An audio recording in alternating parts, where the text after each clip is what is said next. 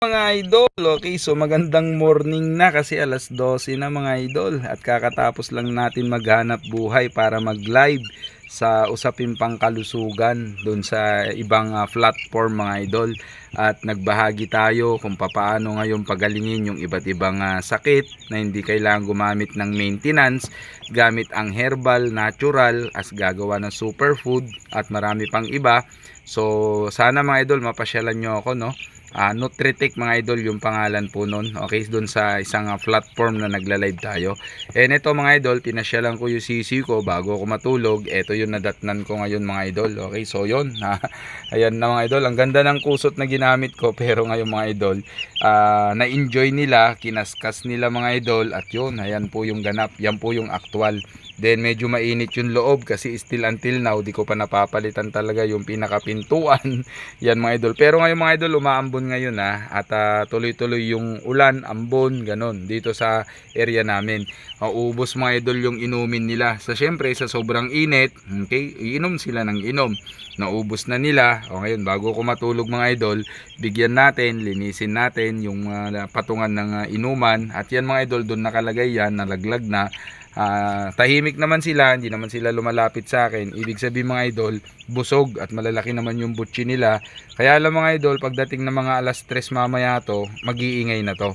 Dahil naririnig ko, kabisado ko na mga idol eh. So ngayon ang gagawin natin, lalagyan natin yung mga kainan nila, punuin natin yung tatlo na yan. At bukas ng umaga mga idol, pag nagatid ako ng school sa anak ko ng alas 7, so ngayon 7:30, gutom na gutom. Kaya pag inaabot ako mga idol ng alas 8, ay nako po, talagang halos mabulunan na sila mga idol, okay? Kaya ngayon mga idol, ito babad po yung kanilang mga idol, pagkain at inumin.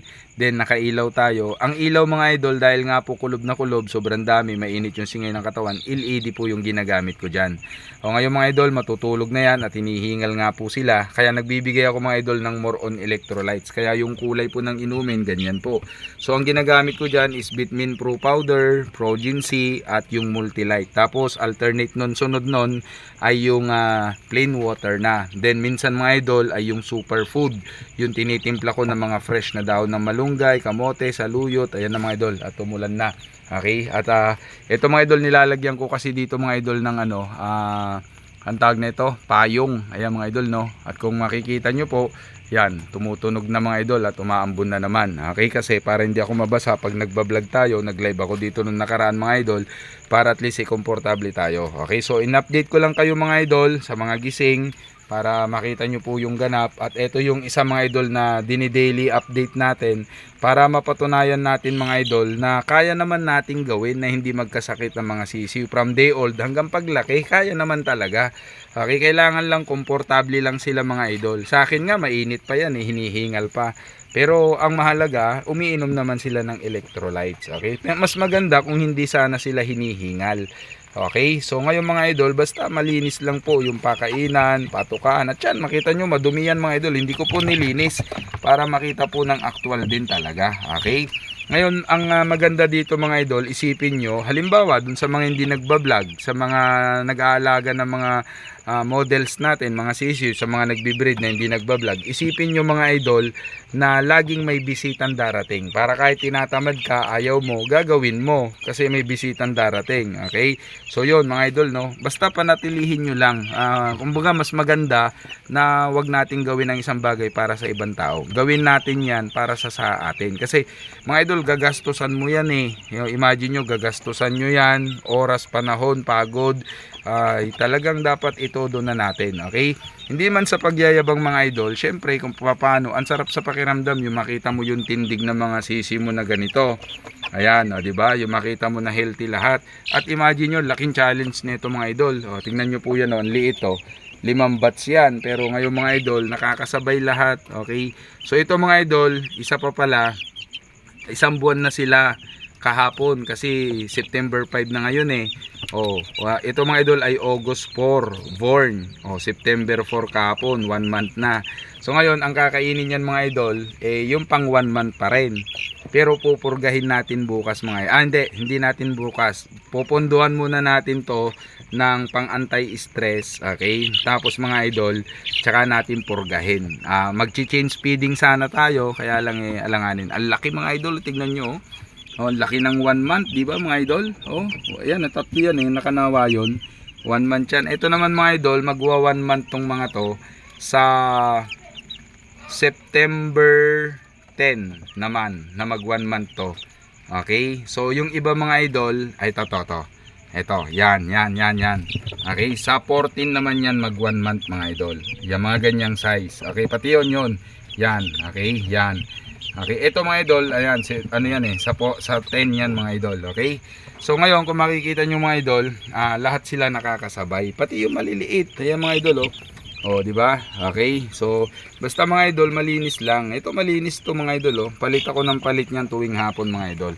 So yun lang, hindi maiwasan dito mga idol, kasi yan po yung patungan. Linisin lang din natin mga idol. At tignan nyo mga idol, komportable sila. Pag nagpapalit ako mga idol ng kusot, yung beddings nila, natutuwa silang kaskasin. So exercise yun. Kaya lang ang disadvantage nun, maalalagyan nga po yan. Ngayon ang tanong mga idol, may laman pa kaya to? Okay, wala na.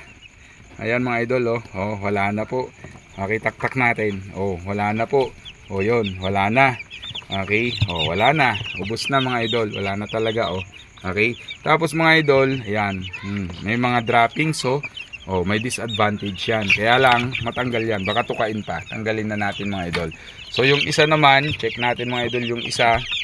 Okay, para ma-monitor natin mga idol. Oh, wala na rin po laman mga idol. Oh, malinis po.